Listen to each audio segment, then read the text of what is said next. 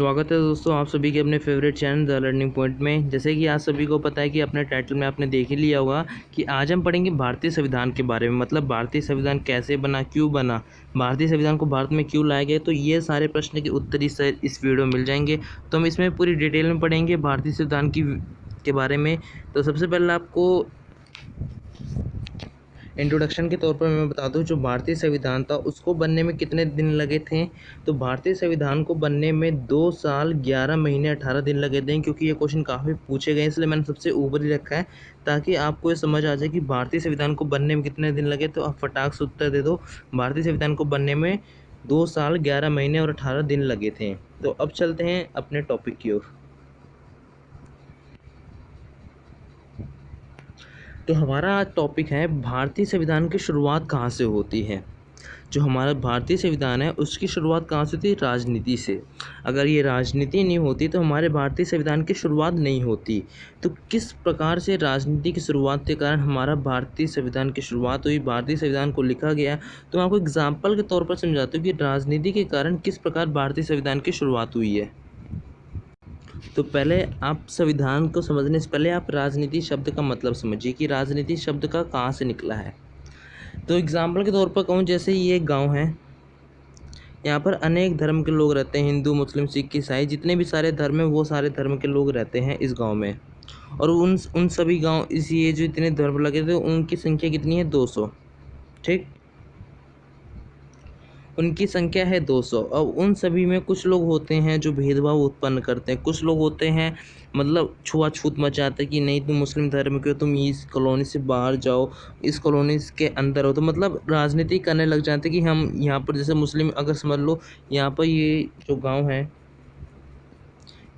है, यहाँ पर जितने भी सारे धर्म के लोग हैं, यहाँ पर मैं कह दूँ अगर हिंदू ज़्यादा धर्म के लोग हैं तो हिंदू कहेंगे कि जितने भी जो धर्म के लोग हैं वो सब यहाँ से हट जाएं, क्योंकि यहाँ पर ज़्यादा हिंदू धर्म के लोग रहते हैं, इसलिए यहाँ पर हिंदू लोग रहेंगे, यहाँ पर मुस्लिम और अन्य लोग नहीं रहेंगे। तो ये क्या है? एक राजनीति उत्पन्न हो रही है, मतलब अपनी सत्ता इस गाँव में जमाना चाह रहा है। वो जो हिंदू धर्म के लोग हैं वो अपनी सत्ता है यहाँ पर जमाना चाह रहे हैं, और जो बाकी धर्म के लोग हैं वो यहाँ उनको हटाना चाह रहे हैं। तो यहीं से राजनीति की शुरुआत होती है, और राजनीति की शुरुआत के कारण संविधान की शुरुआत होती है।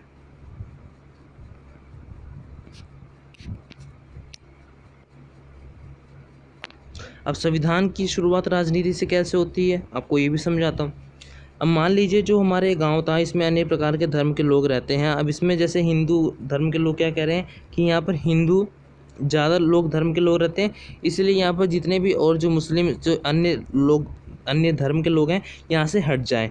तो उन सभी को एकजुट करने के लिए, मतलब ये सभी एकजुट रहें, भेदभाव उत्पन्न ना कर रहे, इसी के कारण संविधान की स्थापना हुई थी। और इन सभी के कारण संविधान को लिखा गया था कि जो लोग सोचते हैं कि भेदभाव उत्पन्न करें, ये सब नस्ल भेद पर भेदभाव उत्पन्न करते हैं, छुआछूत करते हैं, तो इन सभी को एकता, मतलब एक समाज की ओर भड़काने, एक समाज की ओर रखने के लिए संविधान की उत्पत्ति हुई थी।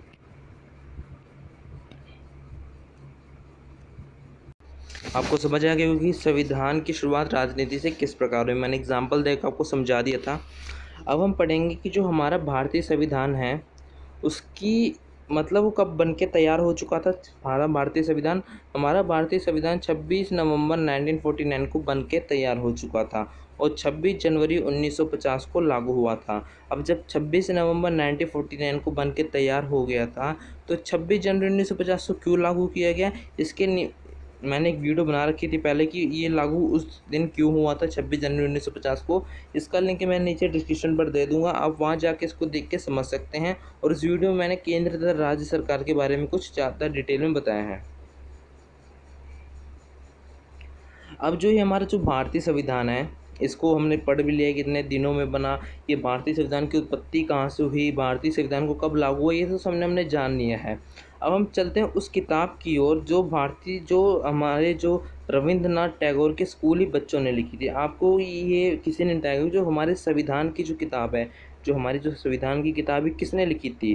तो हमारी भारतीय संविधान की जो किताब है वो रविंद्रनाथ टैगोर के स्कूली बच्चों ने लिखी थी। मतलब बाय हैंड, वो हैंड लिखी गई थी, कोई प्रिंट करके बुक नहीं लिखी थी, वो हैंड मतलब हाथ के द्वारा लिखी गई थी भारतीय संविधान की बुक। किसके द्वारा लिखी थी? रविंद्रनाथ टैगोर के जो स्कूल उनके छात्र हैं, कॉलेज के तक का मान सकते हैं, जो कॉलेज तक के उनके छात्र हैं, उनके द्वारा ये किताब लिखी गई थी और उस किताब को सजाया गया था। भारत संविधान को बनाने के लिए संविधान सभा का गठन हुआ था। जो संविधान है उसे बनाने के लिए किसका गठन हुआ? संविधान सभा को। ये आप सभी को पता है।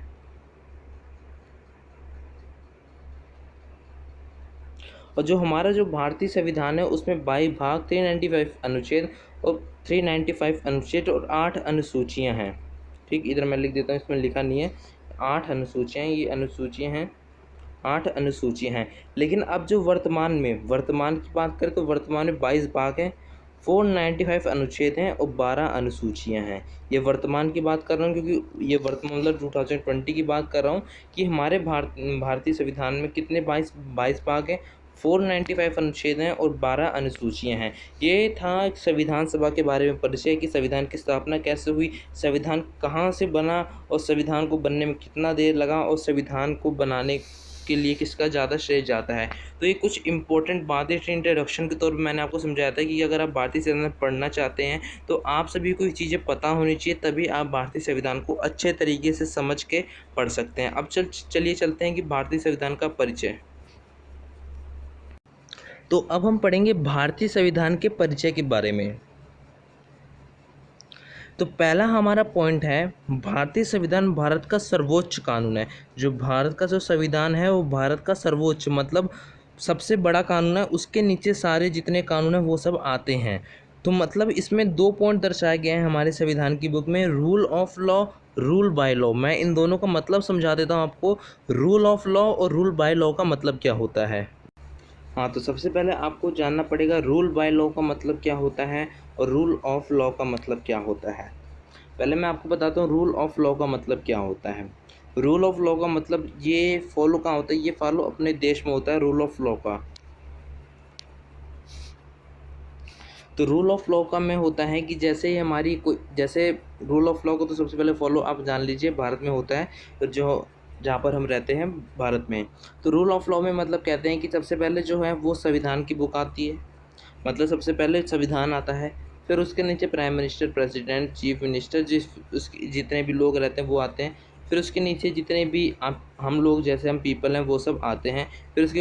फिर उसके नीचे भी कोई और लोग आते हैं। तो मतलब इसमें दर्शाया गया है रूल ऑफ लॉ में कि सबसे पहले भारत का संविधान आता है, फिर भारत के संविधान के नीचे जितने प्राइम मिनिस्टर, प्रेसिडेंट है वो सब आते हैं। ये रूल ऑफ लॉ ये कहाँ फॉलो होता है? ये फॉलो होता है भारत में। मतलब सबसे पहले हमारे संविधान की बुक होती है, उसके ऊपर कोड नहीं जाएगा, वो जो कहेगी वही आप करेंगे। तो वो जो संविधान की बुक में लिखा है वही prime minister, president, chief minister करते हैं, उसके खिलाफ कोई कार्य नहीं कर सकता। अब हम जानेंगे रूल बाय लॉ का मतलब क्या होता है। हमने आपको बता दिया रूल ऑफ लॉ का, तो मतलब आपको समझ में आ गया वो अच्छी तरह से। अब हम जानेंगे रूल बाय लॉ का मतलब क्या होता है। रूल बाय लॉ का मतलब होता है कि ये जो संविधान की बुक है इससे ऊपर भी कोई एक लोग बैठा रहता है जो इस संविधान सभा को चलाता है। यानी जैसे कि आप मान लीजिए चाइना में कम्युनिस्ट पार्टी का शासन है, जैसे एग्जाम्पल के तौर पर मैं बता रहा हूँ, वैसे भी तो चाइना में रूल बाय लॉ को फॉलो होता है, रूल बाय लॉ को चाइना में फॉलो होता है। तो मैं एग्जांपल के तौर पर बताता हूँ, जैसे चाइना में कम्युनिस्ट पार्टी है, वहाँ पर जो संविधान की बुक है उसके ऊपर कौन होता है? उसके ऊपर राष्ट्रपति होता है। जैसे आज के राष्ट्रपति कौन चाइना के? जिनपिंग है। वहाँ संविधान सभा की जो संविधान की जो उनकी बुक है उसके ऊपर जिनपिंग है। तो इसमें ये होता है कि अगर ये जिनपिंग चाहे तो उस संविधान सभा की जो उसमें किताब में जो लिखे गए हैं, जो अक्षर जो दर्शाए गए कि ऐसे ऐसे संविधान चलाना है चाइना का, उसको बदल के अपना विचार उसमें प्रस्तुत कर सकते हैं। लेकिन भारत के ऐसे संविधान में नहीं है। भारत के संविधान में है जो भारत के संविधान में लिखा गया है, जब जब लिखा गया था वही आज फॉलो होगा और वही वर्तमान मतलब फ्यूचर में भी फॉलो होगा। तो लेकिन चाइना में ऐसा रूल फॉलो नहीं है। चाइना में रूल फॉलो है रूल बाय लॉ, मतलब जो संविधान है उसके ऊपर भी कोई है, अगर वो चाहे उस संविधान को बदल सकता है। एग्जाम्पल के तौर पर कहूँ, जैसे चाइना में 1989 में कुछ छात्रों ने लोकतंत्र के लिए एक आवाज़ उठाई थी। बीजिंग में, मतलब चाइना के बीजिंग में 1989 में कुछ छात्रों ने लोकतंत्र समर्थन के लिए कुछ आवाज़ उठाई थी। लेकिन जब चाइना के जो राष्ट्रपति को पता चला कि ये विद्रोह काफ़ी हद तक मेरे शासन को ख़त्म कर सकता है, क्योंकि चाइना में आपको पता है कि राष्ट्रपति शासन है, वहाँ पर कोई लोकतंत्र कुछ फॉलो नहीं होता, वहाँ के जो राष्ट्रपति कहेंगे वहीं वहाँ पर माना जाएगा। तो चाइना के संविधान में लिखा था कि आप यहाँ पर अपना जो अच्छा, आपकी जो सरकार की इच्छा, जो अपनी इच्छा प्रस्तुत करने के लिए आप यहाँ पर वो मतलब विद्रोह नहीं, मतलब शांतिपूर्वक एक प्रदर्शन कर सकते हैं। तो ये उनके संविधान में लिखा था, लेकिन जो चाइना के जो राष्ट्रपति थे उस समय, उनको ये पसंद नहीं आया और ये उन्होंने क्या करा, उन्होंने ये चेंज कर दिया कि जो चाइना का जो संविधान है उसमें ये चेंज कर दिया कि अगर चाइना में कोई विद्रोह प्रदर्शन करेगा तो उसे मार दिया जाएगा। तो इसी के तहत चाइना में जो 10 लाख छात्रों ने विद्रोह प्रदर्शन करा था बीजिंग में, उन्हें बुरी तरह से मार दिया गया था। कई छात्र बच भी गए थे। आप इतिहास पढ़ के देखें तो आपको खुद पता चल जाएगा कितने सारे छात्र मारे गए थे। तो मतलब आपको यही समझ आ गया कि rule of law, rule by law में कितना अंतर है।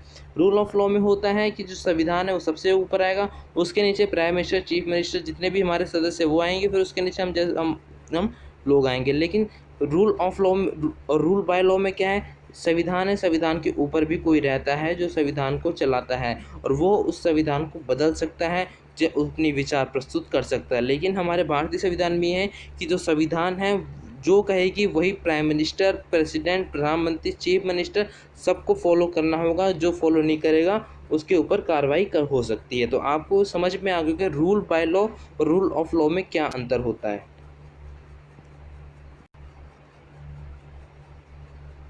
अगला पॉइंट है, भारत का संविधान उग्र वाला ढांचा तैयार करता है। उग्र वाला ढांचा मतलब क्या होता है, जैसे जो भारतीय संविधान है उसमें मूलभूत अधिकार दिए गए हैं। मतलब एक ढांचा तैयार करता है जिसमें हमारे मूलभूत अधिकार दिए गए हैं। ये मूलभूत अधिकार किन किन लोगों को दिए गए, राजनीतिक पार्टी को दिए गए, मौलिक अधिकार दिए गए हैं, मूल कर्तव्य दिए गए, नीति निर्देशक तत्व दिए गए। मतलब भारतीय संविधान में मूल अधिकार कितने दिए गए हैं, कितने, 4 दिए गए हैं। पहला कौन सा है, राजनीतिक पार्टी को दिया गया है। तीसरा, हम जैसे लोगों को एक मौलिक अधिकार दिया गया है और कुछ मूल कर्तव्य हम लोगों को दिए गए हैं और नीति निर्देशक तत्व दिया गया है। तो चलिए मैं आपको विस्तारपूर्ण बताता हूँ राजनीतिक पार्टी, मौलिक अधिकार, मूल कर्तव्य और नीति निर्देशक तत्व के बारे में। सबसे पहले मैं बताता हूँ राजनीतिक पार्टी के बारे में। जैसा कि आपको पता है कि जो हमारा देश है वो एक लोकतांत्रिक है, मतलब एक लोकतांत्रिक है, यहाँ पर लोकतंत्र तरीके से शासन चलाया जाता है।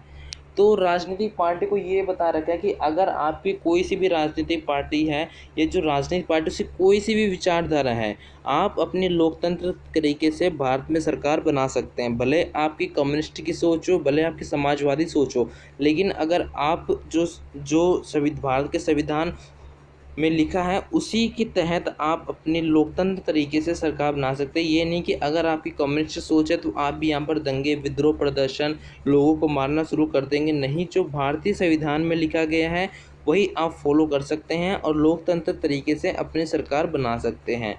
तो मतलब इसमें तय है कि राजनीतिक पार्टी को इसलिए जुड़ाएंगे कि कोई राजनीतिक पार्टी, उनकी अलग अलग सोच होती है, वो देश को अलग अलग तरीक़ों से चलाना चाहते हैं। लेकिन इसमें ये बता रखा है कि राजनीतिक पार्टी को अलग अलग तरीक़ों से चला सकते हैं, लेकिन अगर वो संविधान के विद्रोह हुआ, मतलब संविधान के खिलाफ हुआ, तो उनके ऊपर कार्रवाई भी हो सकती है और उनके ऊपर जो वो लोगों को मार रहे हैं, लोगों को जो भी कर रहे हैं, आप मान सकते हैं, जो भी कर रहे हैं अपनी राजनीतिक सत्ता को बढ़ाने के लिए, उनके ऊपर कार्रवाई भी हो सकती है। तो मतलब इसमें बता रहे हैं कि जो भारत है वो एक लोकतांत्रिक देश है, मतलब यहाँ लोकतंत्र तरीके से शासन चलाया जाता है। तो अगर आप कोई भी पार्टी बिलोंग रखते हो तो आप लोकतंत्र तरीके से अपना यहाँ पर सरकार बना सकते हो। अगर आप समाजवादी विचारधारा से रखते हो तो आप लोकतंत्र के तहत अपनी सरकार बना सकते हो। लेकिन अगर आप संविधान के विरुद्ध अपना कुछ कार्य करना चाहते हो तो वो गलत मान के आपके ऊपर कार्रवाई कर सकते हैं।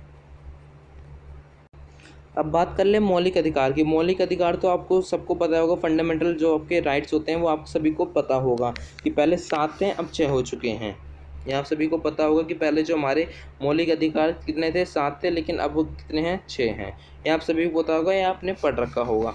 अब हम जानेंगे अपने फंडामेंटल ड्यूटीज़, मतलब मूल कर्तव्य। तो हमारा तीसरा था मूल कर्तव्य था।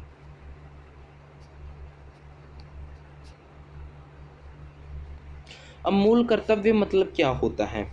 मूल कर्तव्य मतलब होता है कि संविधान में जो हम जैसे आम पीपल हैं उनके लिए कुछ संविधान में मूल कर्तव्य दे रखे हैं।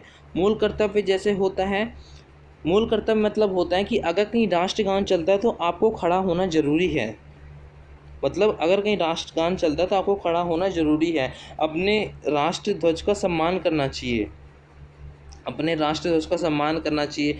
अपने मतलब जितने भी जो हमारे देश के जो सम्मानित लोग हैं उनका सम्मान करना चाहिए, उनको ज़्यादा ऊपर करना नहीं चाहिए, उनके ज़्यादा ऊपर दुर्व्यवहार नहीं करना चाहिए। जैसे कि आप कहें कि राष्ट्रगान चल रहा है तो आपको खड़ा होना चाहिए, मतलब आपको कुछ संविधान में ड्यूटीज़ दे रखे हैं कि ये कार्य हो तो आपको अपने आप करना चाहिए। तुम ठीक है। फिर अगला आता है हमारा नीति निर्देशक। नीति, मैं लिख देता हूँ इधर, निर्देशक, राइटिंग में मत जाना, वो हाथ से लिख रहा हूँ, थोड़ी गलत आ रही है। अब नीति निर्देशक क्या होता है? नीति निर्देशक को इंग्लिश में क्या बोलते हैं? DSCP। नीति निर्देशक मतलब होता है कि संविधान में कुछ संविधान में लिखा गया है कि जो चीफ मिनिस्टर होते हैं, मतलब जो राज्य की जो सरकारें होती हैं, उनको संविधान में लिखा गया है कि आप ऐसे ऐसे करके अपने जो राज्य का उसका विकास करिए। मतलब संविधान में कुछ लिखे गए हैं विकास के नियम कि आप ऐसे ऐसे फॉलो करके अपने राज्य का विकास कर सकते हैं। लेकिन अगर आपको बता दें, अगर आपको वो चीज़, अगर आप उस चीज़ से सहमत नहीं हैं तो आप अपने तरीके से अपना काम कर सकते हैं, अपने तरीके से मतलब अपना राज्य का शासन चला सकते हैं। तो ये होता है नीति निर्देशक। आपको समझ आ गया कि नीति निर्देशक क्या होता है? मतलब अगर जो संविधान है उसमें कुछ लिखे गए हैं कि आपके लिए, आप अपने, अगर आप अपना जो राज्य है उसे अधिकतर कौशल विकास के लिए ले जाना चाहते हो तो संविधान में कुछ बातें लिखी गई होंगी। अगर आप उन बातों को अगर फॉलो ना करके अपने तरीके से भी अपने राज्य को अच्छा सुधारना चाहते हैं तो आप काम कर सकते हैं। आप अपना मतलब उसको अनफॉलो करके आप अपना जो रूल है उसको फॉलो करके वहाँ का अपना अच्छे तरीके से काम कर सकते हैं। तो इस चीज़ में ये बात ध्यान रखनी कि जो हमारे मूलभूत अधिकार हैं, जैसे राजनीतिक पार्टी को दिया रखा है, मौलिक अधिकार है, मूल कर्तव्य है, नीति निर्देशक हैं। अगर आपके सामने ये जो राजनीतिक पार्टी है ये जस्टिस हैं, मौलिक अधिकार ये भी जस्टिस है, मूल अधिकार ये नॉट जस्टिस है, और नीति निर्देशक ये भी नॉट जस्टिस है। जैसे मौलिक अधिकार में बता दो, जो आपके फंडामेंटल जो राइट होते हैं, अगर उनका हनन होता है तो आप जस्टिस जा सकते हो, मतलब सुप्रीम कोर्ट जा सकते हो, इसमें कोई दिक्कत नहीं है। अगर आप कोई राजनीतिक पार्टी है, अगर आपकी जैसे कम्युनिस्ट वाली अगर आपने सरकार बना ली लेकिन आप कम्युनिस्ट विचारधारा को लेकर अपना काम कर रहे हैं, संविधान को जो संविधान में लिखा है उसके तहत अपना काम नहीं कर रहे, तो आपके ऊपर कार्रवाई हो सकती है और आपको सुप्रीम कोर्ट बुलाएगा तो आपको वहाँ पर कार्रवाई हो सकती है। लेकिन जो मूल कर्तव्य और नीति निर्देशक है ये नॉट जस्टिस है। जैसे मूल कर्तव्य, कहीं राष्ट्रगान हो रहा है, आपको खड़ा होना चाहिए, आपके फंडामेंटल ड्यूटीज़ हैं, लेकिन आप कहीं खड़े नहीं हुए तो आपके ऊपर सरकार कार्रवाई नहीं करेगी, क्योंकि ये आपको खुद एक जागरूक होना चाहिए। नीति निर्देशक कैसे नॉट जस्टिस है? मतलब जो संविधान में लिखे गए हैं कि राज्य सरकार यही काम करेगी, नहीं। अगर आपको अपना कुछ विचारधारा से कुछ अपना अलग काम करना है तो आप कर सकते हैं। आप संविधान को अनफॉलो करके जो उसके रूल जो राज्य के लिए, मतलब अनफॉलो पूरी तरह से मत कर दीजिए, जो संविधान में जो राज्य सरकार के जो रूल हैं उनको अनफॉलो करके आप अपना जो राज्य के लिए जो अपना जो फॉलो करके जो रूल जो राज्य को कैसे कौशल विकास को ले जाएं उसको फॉलो करके आप अपना काम कर सकते हैं। तो ये था दूसरा। अब तीसरा है हमारा कि भारतीय संविधान विशिष्ट, अनोखा और विश्व का सबसे लंबा संविधान है। ये आपको पता होगा कि जो भारतीय संविधान विशिष्ट, अनोखा, विश्व का सबसे लंबा संविधान है, आपने पढ़ भी रखा हो। और यह एक लिखित संविधान है, मतलब यह हाथ से लिखा गया संविधान है। और काफ़ी लोग इसमें प्रश्न उठाते हैं कि संविधान लिखित और संविधान अलिखित में क्या अंतर है। तो मैं इसका मतलब भी आपको समझाता हूँ, संविधान लिखित और संविधान अलिखित में क्या अंतर है। जैसे हम मान लीजिए कि हमारा जो भारतीय संविधान है, जो हमारा भारतीय संविधान है वो एक लिखित संविधान है, मतलब उसे हाथ से लिखा गया है, एक हैंड राइट संविधान है, मतलब हाथ से लिखा गया है। और जो भारत का जो संविधान है उसमें जितने भी सारे कानून हैं वो सब पहले से वो प्रस्तुत कर दिए गए हैं कि अगर आपको ये काम करना है तो आपको इस संविधान का ये कानून फॉलो करके, मतलब ये रूल फॉलो करके आप अपना काम कर सकते हैं। लेकिन आप जो भारतीय संविधान में कुछ अन्य चीज़ नहीं जोड़ सकते, मतलब कुछ और चीज़ें नहीं जोड़ सकते, जो संविधान में लिखा है आप वही चीज़ करके अपना कार्य कर सकते हैं। ये होता है लिखित संविधान।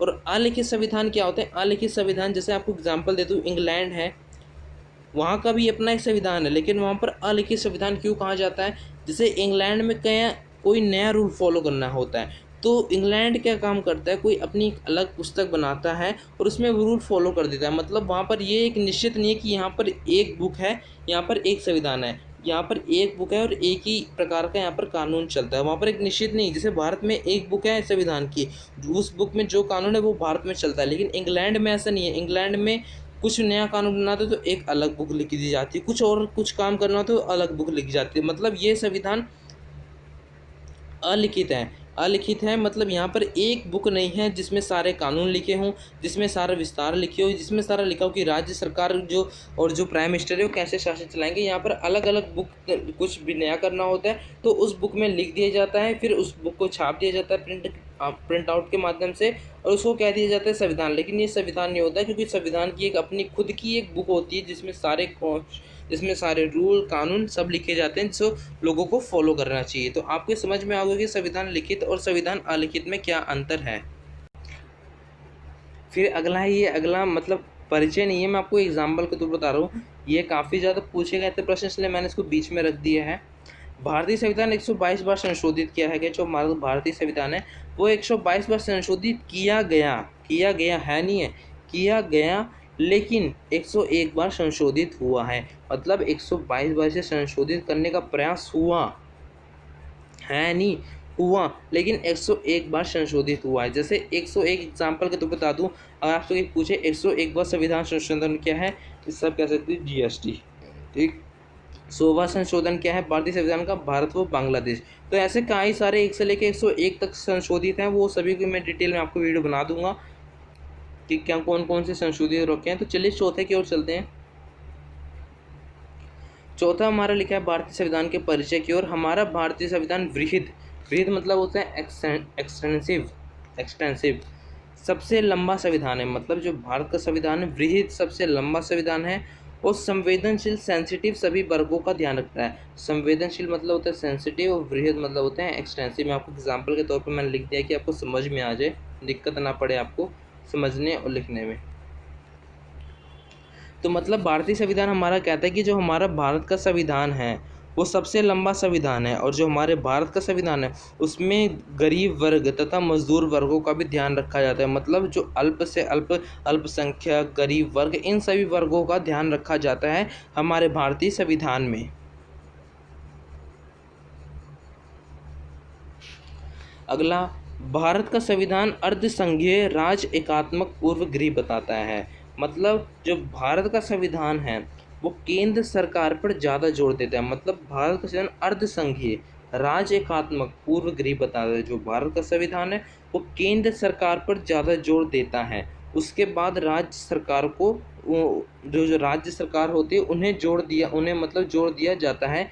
ज़्यादा से ज़्यादा केंद्र सरकार को जोर दिया जाता है, फिर राज्य सरकार को जोड़ दिया जाता है। एग्जाम्पल के तौर पर मान लें जैसे कि हमारे देश में कोरोना वायरस के चलते लॉकडाउन बढ़ाना था, तो कोई राज्य सरकार नहीं आई थी इसमें लॉकडाउन बढ़ाने के लिए। केंद्र सरकार, जैसे हमारे PM नरेंद्र मोदी जी, इन्होंने लॉकडाउन बढ़ाया। तो मतलब कि किसको ज़्यादा शक्ति है, केंद्र सरकार को ज़्यादा शक्ति है, फिर राज्य सरकार को शक्तियाँ दी गई हैं। अगर आपको जानना है कि केंद्र सरकार राज्य सरकारों को ज़्यादा शक्ति क्यों दी गई, तो मैं इसका भी लिंक नीचे डिस्क्रिप्शन पर डाल दूंगा, आप वहाँ से जाके इस वीडियो को देख सकते हैं। हमारा भारतीय संविधान कठोर व लचीलेपन का मिश्रण है। मतलब हमारे भारतीय संविधान में कठोर कानून भी हैं और लचीलेपन कानून हैं। तो ये कुछ 6 थे परिचय भारतीय संविधान के बारे में। अब चलिए चलते हैं अगले पार्ट में। आपको भारतीय संविधान का परिचय तो अच्छे तरीके से एकदम समझ में आ गया होगा। अब हम जानेंगे भारतीय संविधान की प्रस्तावना। पहले आप बता दें प्रस्तावना मतलब होता क्या है। प्रस्तावना मतलब होता है कि कोई भी आप बुक लीजिए, चाहे NCERT या कोई भी बुक लीजिए, उसमें सबसे पहले आपको कुछ टॉपिक दिया रहता है कि मतलब इंट्रोडक्शन। मैंने आपको ये चैप्टर भारतीय संविधान के बारे में पढ़ा रहा हूँ, तो मैंने सबसे पहले कुछ इंट्रोडक्शन दिया होगा सबसे पहले, ताकि आप समझ सकिए कि आगे की ज़रूरी अच्छे तरीके से समझ सके। तो वही मैंने आपको सबसे पहले प्रस्तावना दे दी कि आप आगे की चीज़ें अच्छी तरीके से समझ सके, तो वो होती है प्रस्तावना। तो भारतीय संविधान में कुछ प्रस्तावना तो चलिए जानते हैं। तो सबसे पहले प्रस्तावना आपको बता दूं कि कोई भी आप NCERT कोई भी बुक खरीदे, सबसे पहले आपके अगर पेज या पीछे पेज में एक कुछ लिखा आता है इंडियन कॉन्स्टिट्यूशन के बारे में, वो होती है भारतीय संविधान की प्रस्तावना। उसे मैंने हिंदी में लिख दिया है ताकि आप अच्छे तरीके से समझ सकें। तो मैं आपको एक बार पढ़ के सुनाता हूँ क्या है ये।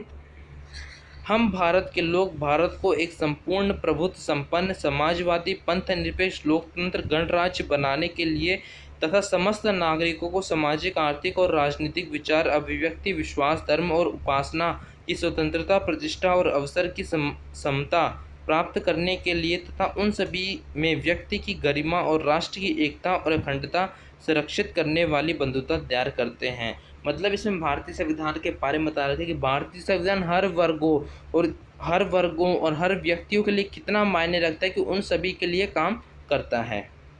तो चलिए अब इन सभी जो हमने पढ़ा इन सभी का मतलब जानते हैं।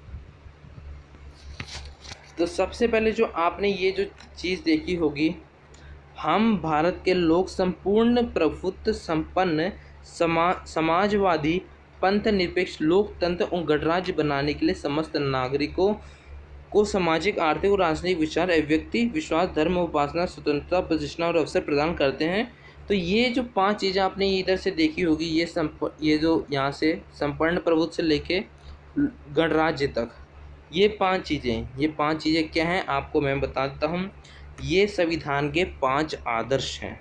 ये संविधान के 5 आदर्श हैं। जैसे पहला है संपन्न प्रभुत्व संपन्न, इसको इंग्लिश में मैंने लिख दिया है, आप पढ़ लीजिएगा। दूसरा है हमारा समाजवादी, तीसरा है हमारा पंथ निरपेक्ष, चौथा है हमारा लोकतांत्रिक और 5वां है हमारा गणराज्य। चलिए इन सभी को डिटेल में जानते हैं, इन सभी के मतलब को।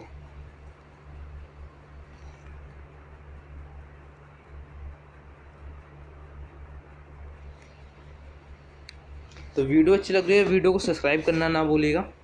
तो चलिए जानते हैं इन सभी के बारे में। तो सबसे पहले आता है संपूर्ण प्रभुत्व संपन्न। संपूर्ण प्रभुत्व संपन्न का मतलब है कि हम अपने राजा स्वयं हैं, मतलब कोई भी देश हमारे ऊपर किसी प्रकार का शासन नहीं है। मतलब इस बता रखा है कि जो संपन्न प्रभुत्व संपन्न बता रखा है कि हम अपने राजा स्वयं हैं, हमारे ऊपर किसी शासन का दबदबा नहीं है। मतलब कोई देश हमारे ऊपर किसी प्रकार का शासन नहीं। यदि हम अपना कोई कानून बनाते हैं तो उसमें कोई भी देश हमारे संविधान तथा हमारे कानून को दखल नहीं दे सकता है। मतलब इस बता रखा है कि जैसे आप मान लीजिए जो हमारा देश था उसमें पहले ब्रिटेनों का गुलाम हुआ करता था। मतलब भारत एक संपन्न प्रभुत्व संपन्न नहीं था। भारत का खुद का एक वो संविधान नहीं था, भारत का खुद का कोई कानून नहीं था। कानून कौन बनाता था? कानून वो ब्रिटेन के लोग बनाते थे। मतलब इसमें बता रखा है कि जो भारतीय लोग थे वो संपन्न प्रभुत्व संपन्न नहीं थे। मतलब उनका खुद का अपना एक स्वयं राजा था। स्वयं का राजा नहीं था, स्वयं का राजा उस समय नहीं था। तो मतलब शासन करते थे। लेकिन जो अब भारत में बता रखा है कि जो भारतीय संविधान है उसमें लिखा गया संपन्न प्रभुत्व संपन्न है। मतलब जो हमारा भारत का है वो एक संपन्न प्रभुत्व संपन्न है। मतलब अपना खुद में एक सक्षम बन चुका है कि अपना कोई काम होता है वो अपने आप कर सकता है। उसमें कोई भी देश दखल देने की जरूरत नहीं है। जैसे आप एग्जाम्पल के तौर पर माने, जब हमारे देश में जो डोनाल्ड ट्रंप आए थे उनसे काफ़ी सारे जो पत्रकार और बुद्धिजीवी ने पूछे थे कि जो आपके सीए और एनआरसी में आपकी क्या आप अपनी बात रखना चाहते हैं कि भारत के लिए जो भारत के अल्पसंख्यक हैं उनके लिए अच्छा कानून है, उनके लिए बुरा कानून। तो इसमें आप वहीं से एग्जाम्पल देख सकते हैं कि जो डोनाल्ड ट्रंप है उन्होंने खुद कह दिया कि भारत एक संपन्न प्रभुत्व संपन्न है। मतलब भारत इतना सक्षम है कि अपने नागरिकों के लिए जो अच्छा होगा वो खुद कर सकता है, और जो भारत के लिए बुरा करेंगे वो भारत उन्हें ठेस पहुंचा सकता है। तो मतलब उन्होंने खुद कही थी कि भारत एक खुद का मतलब इतना संपन्न है कि भारत इस बारे में ध्यान से सोचकर उस कानून के बारे में अच्छे से दखल दे सकता है। तो इसमें बता रखा है कि जो डोनाल्ड ट्रंप है उन्होंने भारतीय संविधान की कोई कानून में दखल नहीं दिया। उनका जो काम था वो उन्होंने किया। अब जो हमारा काम है वो हम करते आ रहे हैं। मतलब इसमें बता रखा है कि भारत के ऊपर किसी शासन का दबदबा नहीं है। भारत अपना कोई कानून है, वो कोई देश उसे भारतीय कानून को नहीं रोक सकता, ना दखल दे सकता है। अब आती है समाजवादी।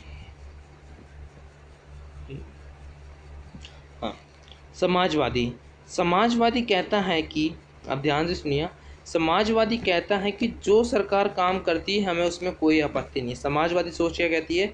जो सरकार काम करती है उसमें हमें कोई आपत्ति ही नहीं है, लेकिन जो गरीब लोग हैं, जो बेसहाय लोग हैं, उनका भी कल्याण होना चाहिए, मतलब उनका भी कुछ फ़ायदा होना चाहिए। जो समाजवादी ये कहते हैं कि हमें जो सरकार काम करे हमें उसमें कोई आपत्ति नहीं है, या सरकार कुछ भी काम करे हमें उसमें कोई आपत्ति नहीं है, लेकिन अगर सरकार गरीब लोगों के लिए काम नहीं करती तो हमें उसमें आपत्ति है, हम इसमें सरकार का विरोध करेंगे। तो ये सोच किसकी थी? ये हम सोच हमारे पहले भारत के प्रथम प्राइम मिनिस्टर नेहरू जी की थी ये सोच। लेकिन वो इस सोच को उन्होंने भारतीय संविधान में लिखवा नहीं पाए, लेकिन उनकी जो बेटी इंदिरा गांधी ने 42वें संविधान संशोधन द्वारा समाजवादी नीति को संविधान सभा में जगह दे दी थी। तो आपको समाजवादी सोच तो आसान थी, आपको अच्छे से समझ में आ गई होगी।